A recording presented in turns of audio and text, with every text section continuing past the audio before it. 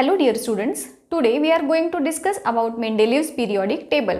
Students, in the previous videos we have seen Dobereiner strands, Newland's octaves ह्या दोन्ही प्रकारच्या क्लासिफिकेशन्स करताना त्या सायंटिस्टनी वेगवेगळे क्रायटेरियाज यूज केले. ऑफ दॅट ॲटॉमिक मास हा दोघांच्या मध्ये असणारा कॉमन फॅक्टर होता. परंतु डोबेरायनरनं काय केलं होतं की तीन एलिमेंटचे ग्रुप केले, बट त्यांच्या प्रॉपर्टीज सिमिलर होत्या. न्यूलँड्सनं ऑक्टेव फॉर्म करताना 8 एलिमेंटचे ग्रुप केले की ज्यांच्या प्रॉपर्टीज डिफरंट होत्या. सो आता बघूयात आपण आज मेंडेलीवनं कशा पद्धतीनं एलिमेंटची अरेंजमेंट केली आणि त्याचा रिझल्ट काय मिळाला, त्याच्यापासून आपल्याला काय एलिमेंटची अरेंजमेंट कशा पद्धतीनं केली, हा सगळा पार्ट आज आपण डिस्कस करणार आहोत. शिवाय मेंडेलीवचं पिरियॉडिक टेबल त्याचं डिटेल्ड ॲनालिसिस जे तुमच्या टेक्स्टबुकमध्ये दिलेलं आहे, परंतु बरेच स्टुडंट्सना त्याचा मीनिंग माहिती नसतं. सो त्या पिरियॉडिक टेबलचं डिटेल्ड ॲनालिसिससुद्धा आपण आजच्या लेक्चरमध्ये करणार आहोत. So let us start. Dmitri Mendeleev नावाचा जो सायंटिस्ट होते त्यांनी जेव्हा पिरियॉडिक टेबल बनवलं that time almost 63 elements were known. पहिल्यांदा 33 होते, त्याच्यानंतर जे डोबेरायनरनं एलिमेंट्सना क्लासिफाय केलं तेव्हा 33 एलिमेंट्स होते, त्यानंतर 46 एलिमेंट्स होते आणि त्यानंतर आता हे जे आहेत ते ऑलमोस्ट 63 एलिमेंट्स हे नोन आहेत. मग आता ह्या नोन 63 एलिमेंट्सना पिरियॉडिक टेबलमध्ये अरेंज करताना त्यानं काय केलं सांगते. म्हणजे त्याच्या मागची जी स्टोरी आहे ती अशा पद्धतीची आहे की जे नोन एलिमेंट्स होते त्यांचे सगळ्यांचे फिजिकल ॲज वेल ॲज केमिकल प्रॉपर्टीज त्यांनी एका कागदावरती प्रत्येक सेपरेट कागदावरती लिहून काढल्या आणि त्याने जस्ट अशा पद्धतीने ते कागद अरेंज केले की ज्यांच्या physical chemical properties almost same आहेत ते एकत्र बसवले. आणि ती मांडणी करून झाल्यानंतर त्याला असं पण लक्षात आलं की अरे जेव्हा हे एलिमेंटच्या प्रॉपर्टीज सेम आपण ठेवल्यात एकत्र आणि काही क्रमानं बदलत जात आहेत, तर त्याच्याबरोबरच त्यांचे ॲटॉमिक मासेससुद्धा एका ठराविक क्रमानं बदलत जात आहेत. इथे एलिमेंटची क्लासिफिकेशन पिरियॉडिक टेबलमध्ये करताना त्यानं 2 क्रायटेरियाज यूज केले. कुठले 2 क्रायटेरियाज होते? एक म्हणजे इंक्रीजिंग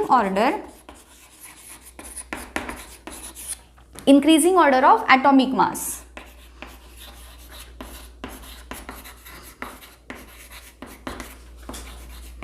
आणि दुसरा जो क्रायटेरिया होता तो म्हणजे सिमिलॅरिटीज इन प्रॉपर्टीज. मग त्या प्रॉपर्टीज ह्या फिजिकल प्रॉपर्टीज ॲज वेल ॲज केमिकल प्रॉपर्टीज देखील कन्सिडर केल्या त्यानं जेव्हा हे पिरियॉडिक टेबल बनवलं. आता फिजिकल प्रॉपर्टीज म्हणजे कुठल्या आल्या? जसं की त्यांचे physical states, melting points, boiling points यासारख्या प्रॉपर्टीज. केमिकल प्रॉपर्टीज म्हणजे काय आल्या? तर त्यांचे वेगवेगळ्या एलिमेंट्स सोबत होणारे जे कंपाऊंड्स आहेत त्या कंपाऊंड्सचे फॉर्म्युली काय आहेत याच्या बेसिसवरती त्यानं ह्या केमिकल प्रॉपर्टीज ज्या आहेत त्या ठरवल्या. आता हे कंपाऊंड्स फॉर्मेशन बघताना त्याने हायड्राइड्स म्हणजेच त्या पर्टिक्युलर एलिमेंटचं हायड्रोजनसोबत रिॲक्शन झाल्यानंतर कुठलं कंपाऊंड तयार होतं त्याचा फॉर्म्युला काय आहे, आणि ऑक्साईड म्हणजेच बघा हायड्राइड कशाला म्हणायचं म्हणलं तर कंपाऊंड विथ हायड्रोजन,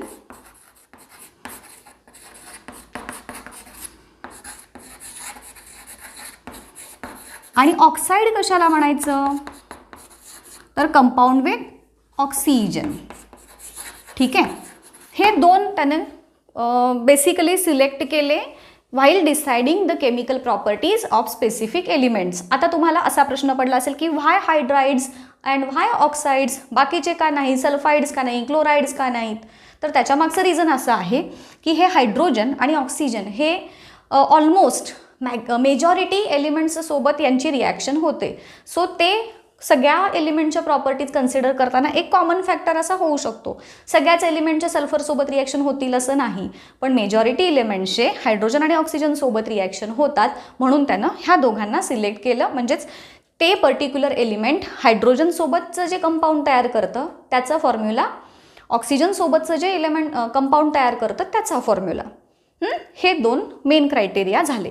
आता ह्याच्या बेसिसवरती त्यानं जे पिरियॉडिक टेबल आहे ते बनवलं, ज्याच्यामध्ये फीचर्स और कॅरेक्टरिस्टिक्स ऑफ मेंडेलीव्स पिरियॉडिक टेबल असा एक स्पेशल पॉईंट तुमच्या टेक्स्टबुकमध्ये सांगितलेला आहे. ते पिरियॉडिक टेबल बनवल्यानंतर जसं मी तुम्हाला सांगितलं की त्याला एक पॅटर्न दिसून आला. काय पॅटर्न दिसून आला की स्पेसिफिक ॲटॉमिक मासेस जसे जसे बदलत जात आहेत, प्रॉपर्टीज बदलत जात आहेत आणि एका ठराविक ॲटॉमिक मास नंतर त्या पर्टिक्युलर एलिमेंटच्या प्रॉपर्टीज परत रिपीट होत आहेत. आता बघा मी तुम्हाला मेन फरक सांगते मेंडेलिव्हचं पिरियॉडिक टेबल आणि ह्याच्या आधीचं जे न्यूलँड्सचे ऑक्टेव्ह होते त्याच्यामध्ये काय फरक होता. तर न्यूलँड्सनं काय केलं होतं, फक्त 8 एलिमेंट्सच त्यानं कन्सिडर केलेले होते आणि त्यामुळं अप टू कॅल्शियम त्याला तो पॅटर्न दिसून आला. त्याच्यानंतर काही त्याला तो स्पेसिफिक पॅटर्न की प्रत्येक 8व्या एलिमेंटच्या प्रॉपर्टीज ह्या पहिल्या एलिमेंटसारख्या असतात, हा पॅटर्न त्याला काही तिथं दिसून आला नाही. पण इथे मात्र मेंडेलिव्हनं तशा पद्धतीचं रेस्ट्रिक्शन काही घातलेलं नव्हतं. He just went on arranging the elements on the basis of similarities in the properties आणि ते करताना त्याला दिसून आलं की प्रॉपर्टीज बदलत जातात तसं ॲटॉमिक मास देखील बदलत जात आहे आणि एका स्पेसिफिक इंटरवल नंतर ते रिपीट होतं आहे. आणि मग या ऑब्झर्वेशनच्या बेसिसवरती त्यानं त्याचा पिरियॉडिक जो लॉ आहे की ज्याला आपण म्हणतो मेंडेलिव्हज पिरियॉडिक लॉ तो स्टेट केला. काय लॉ आहे तो, तर properties of elements are periodic function of their atomic masses. याचा अर्थ सांगते की प्रॉपर्टीज ऑफ एलिमेंट्स म्हणजेच एलिमेंटच्या प्रॉपर्टी आर पिरियॉडिक फंक्शन. आता पिरियॉडिक फंक्शन म्हणजे काय, पिरियॉडिक किंवा पिरियॉडिसिटी हे काय असतं, तर एका कुठलीही गोष्ट जर एका ठराविक क्रमानं बदलत जाऊन ती कालांतरानं पुन्हा रिपीट होत असेल तर त्याला म्हणायचं पिरियॉडिसिटी. मग पिरियॉडिक फंक्शन म्हणजे हेच येतं की एका ठराविक क्रमानंतर जसं ॲटॉमिक मास बदलत जाईल तशा प्रॉपर्टीज पण बदलत जातात आणि एका ठराविक क्रमानंतरचं ॲटॉमिक मास नंतर ती प्रॉपर्टी पुन्हा रिपीट होते. सो ह्याला म्हणायचं मेंडेलिव्हज पिरियॉडिक लॉ. काय आहे हा लॉ, तर प्रॉपर्टीज ऑफ एलिमेंट्स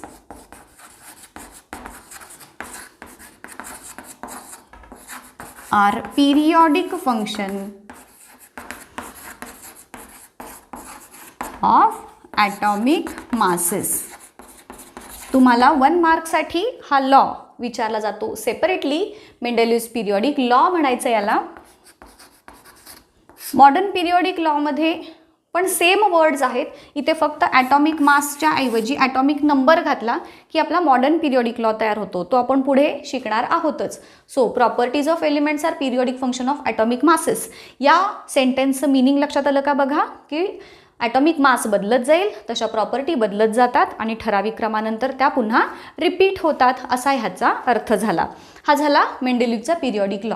आणि जसं की मी तुम्हाला आता सांगितलं, आपण मेंडेलिव्हचं पिरियॉडिक टेबल डिटेल त्याचं ॲनालिसिस करणार आहोत. जसं तुम्हाला आता हायड्राइड्स, ऑक्साइड्स हे तयार होतात, कसे तयार होतात, त्यानंतर त्याच्यामध्ये असणारे ग्रुप्स, त्याच्यामध्ये असणारे पिरियड्स, त्याच्यामध्ये इलेमेंट्स कशा पद्धतीनं अरेंज केलेत, काय रिकाम्या जागा काही सोडल्या त्यानं, ते कशासाठी, त्याचं मिनिंग काय, हे सगळं डिटेल ॲनालिसिस आपण आता बघूयात. काय आहे हे मेंडेलिव्हज पिरियॉडिक टेबल.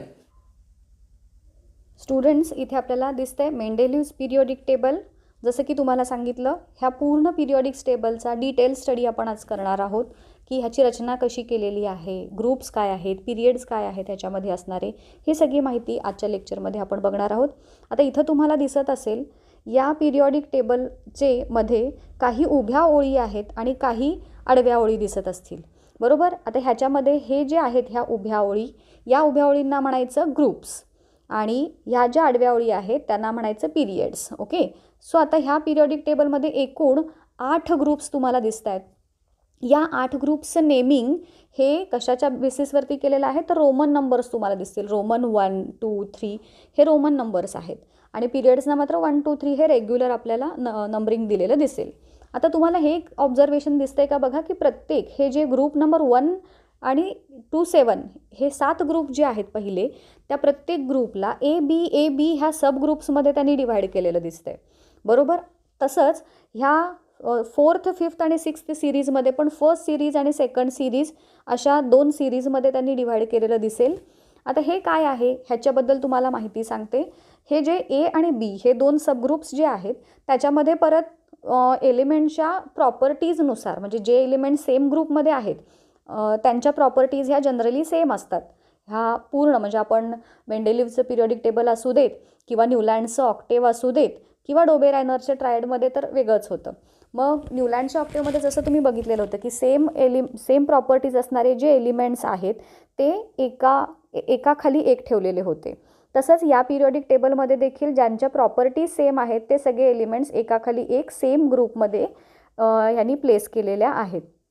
मग हे दोन सब ग्रुप्स पाडण्याचं कारण काय, तर थोड्याफार प्रॉपर्टीज ज्यांच्या डिफरंट आहेत अशा एलिमेंट्सना त्यांनी ह्या ए बी अशा दोन सब ग्रुप्समध्ये डिवाइड केलं. फॉर एक्झाम्पल इथे HLI म्हणजेच hydrogen, lithium, potassium, rubidium, caesium हे सगळे ग्रुप नंबर एमध्ये येतील.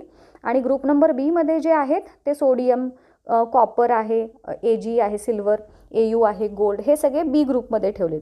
इट मीन्स यांच्या प्रॉपर्टीज ज्या आहेत त्या ए ग्रुपमधल्या प्रॉपर्टीजपेक्षा थोड्याशा डिफरंट आहेत. इथे ए ग्रुपमधल्या जे एलिमेंट्स आहेत त्यांना नॉर्मल एलिमेंट्स म्हटले, व्हेरॅज जे एलिमेंट्स बी ग्रुपमध्ये आहेत त्यांना ट्रान्झिशन एलिमेंट्स असं देखील म्हटलेलं आहे. ही इन्फॉर्मेशन थोडीशी ॲडिशनल तुम्हाला सांगते. आता याच्यानंतर जो पार्ट आहे तो म्हणजे 8th ग्रुप. 8th ग्रुपमध्ये तुम्हाला असे ए बी असे सब ग्रुप्स काही दिसत नाहीत. इथे तुम्हाला दिसतील एकूण हे 6 वेगवेगळे एलिमेंट्स जे आहेत. ॲक्च्युली 9 एलिमेंट्स आहेत इथे ह्या पिरियॉडिक टेबलमध्ये तुम्हाला 6 दिसत आहेत. आता म्हणजेच 8वा जो ग्रुप आहे त्याच्यामध्ये त्यांनी एकूण 9 एलिमेंट्सना प्लेस केलेलं आहे एकत्रित. अर्थात अगेन त्यांच्या प्रॉपर्टीज म्हणजे हे इथं जे सेम दिसत एकाखाली एक, ह्या दोघांच्या प्रॉपर्टीज सेम आहेत. निकेल आणि पॅलेडियम ह्यांच्या प्रॉपर्टी सेम आहेत, ह्यांच्या प्रॉपर्टी सेम आहेत असा ह्याचा अर्थ होतो. आता त्यामुळे ह्या पिरियॉडिक टेबलचं स्ट्रक्चर हे जनरल ग्रुप्स आणि पिरियड्स कळाले की ग्रुप्स 8 आहेत ज्यांना रोमन नंबर 1 to 8 दिलेत. पिरियड्स आहेत त्यातले 4th, 5th, 6th हे फर्स्ट आणि सेकंड सिरीजमध्ये आहेत. अगेन ह्या पद्धतीने त्यांचं डिव्हिजन होईल की पहिल्या सिरीजमध्ये हे वरचे एलिमेंट्स येतील आणि सेकंड सिरीजमध्ये त्याच्या खालचे elements, again based on the difference in properties. Okay, हे झालं overall structure of the periodic table. आता इथे तुम्हाला दिसत असेल R2O, RH असं काही दिसतंय. हे काय आहेत तर ते जसं की तुम्हाला सुरुवातीला मी सांगितलं ह्यांच्या जे पिरियॉडिक टेबलमध्ये अरेंजमेंट जी केलेली आहे एलिमेंटची ती कशाच्या बेसिसवरती केली तर त्यांचे ऑक्साईड्स आणि हायड्राइड्स म्हणजेच ऑक्सिजनसोबतचे जे काही कंपाऊंड्स आहेत आणि हायड्रोजनसोबतचे जे कंपाऊंड्स आहेत त्यांच्या बेसिसवरती केली. मग आता इथे हा जो R इंडिकेट करतो, what this R indicates, it indicates the general काय म्हणत त्या पर्टिक्युलर एलिमेंट जो आहे त्या पर्टिक्युलर एलिमेंटचा जनरल जो सिम्बॉल असतो तो म्हणजे R. जसं आपण मॅथमॅटिक्समध्ये एखादं एक्स मानतो आणि तिथं स्पेसिफिक व्हॅल्यू पुट करतो तसं इथे R म्हणजे जनरल सिम्बॉल घातला आहे तिथे आणि तिथे नंतर आपण प्रत्येक एलिमेंटचा स्पेसिफिक जो काही सिम्बॉल आहे तो पुट करू शकतो. फॉर एक्झाम्पल इथे R2O मध्ये आपण जर H घातला तर इथे जे एलिमेंट्स फर्स्ट ग्रुपमध्ये आहेत त्या सगळ्यांचे जे ऑक्साईडचे फॉर्म्युले आहेत ते R2O ह्या त्यांचा जनरल फॉर्म्युला झाला. मग Rच्या जागी जो आपण H पुट करतो इट बिकम्स H2O. तसंच Rच्या जागी जर आपण Li पुट केलं तर इट विल बिकम Li2O. Rच्या जागी आपण K पुट केलं तर इट विल बिकम K2O. म्हणजेच लक्षात आलं का बघा, जनरल फॉर्म्युला इंडिकेट करण्याचा म्हणजे प्रत्येक एलिमेंटचा हा आहे R2O जे फर्स्ट ग्रुपमध्ये आहेत. तसंच सेकंड ग्रुपमधले ऑक्साईडचा फॉर्म्युला काय होईल, सपोज BE घेतला आपण बेरिलियम तर बेरिलियमच्या ऑक्साईडचा फॉर्म्युला काय होईल, आरच्या जागी BE घालून त्याचा फॉर्म्युला होईल BeO बरोबर. तसंच कॅल्शियम घातलं तर CaO होईल. ह्या पद्धतीनं ऑक्साईड्स असतील. तसंच हायड्राइड समजा घेतला आपण सेकंड ग्रुपमध्ये घेतलं बेरिलियमचं हायड्राइड तर त्याचा फॉर्म्युला आरच्या जागी BE घातलं H2 म्हणजेच बेरिलियमच्या हायड्राइडचा फॉर्म्युला झाला BeH2. येते लक्षात. सो ह्या पद्धतीनं ऑक्साईड्स आणि हायड्राइड्स यांचे फॉर्म्युली काय आहेत त्याच्या बेसिसवरती त्यांनी एलिमेंट्सना सेम ग्रुपमध्ये पुट केलं. आता ह्या पिरियॉडिक टेबल जे आहे त्याचे काही ड्रॉबॅक्स पण आहेत. जसं की मेरिट्स आहेत तसं डिमेरिट्स पण आहेत. ते आपण पुढच्या लेक्चरमध्ये बघणारच आहोत. आजच्या लेक्चरमध्ये आपला फक्त हेतू काय होता की पूर्ण पिरियॉडिक टेबलचं स्ट्रक्चर सांगणं. हां, आता इथे अजून एक गोष्ट तुम्हाला सांगायची आहे की इथे काही ठिकाणी डॅश दिलेलं दिसते. तिथे कुठल्याही एलिमेंटचा सिम्बॉल किंवा काही त्याच्याबद्दल माहिती दिलेली नाही आहे. मग ते डॅश कशासाठी ठेवलेत तर ते अनडिस्कवर्ड एलिमेंटसाठी त्यानं त्या जागा ठेवलेल्या आहेत. लॅटर ऑन जेव्हा त्या पर्टिक्युलर एलिमेंटच्या ॲक्च्युअल डिस्कवरी झाल्या तेव्हा मग तिथे त्या एलिमेंट्सना प्लेस करण्यात आलं.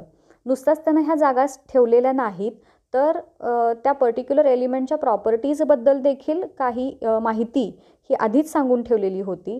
आणि नंतर जेव्हा खरोखर त्या एलिमेंटचा शोध लागला तेव्हा त्या मेंडेलिव्हनं सांगितलेल्या ज्या प्रॉपर्टीज आहेत त्या एक्झॅक्टली ऑलमोस्ट सिमिलर होत्या नवीन जे डिस्कवर झालेले एलिमेंट्स आहेत त्यांच्या प्रॉपर्टीजसोबत. सो ह्या ज्या रिकाम्या जागा आहेत त्या त्यासाठी ठेवलेल्या आहेत. त्यानंतर तुमच्या टेक्स्टबुकमध्ये बघा काही ठिकाणी, आता इथे माझ्यासमोर तो चार्ट नाही आहे, तुमच्या टेक्स्टबुकमध्ये काही ठिकाणी अशा पद्धतीचं तुम्हाला दिसेल की क्वेश्चन मार्क आहे लिहिलेला. एक मिनिट मी ते पण दाखवते तुम्हाला.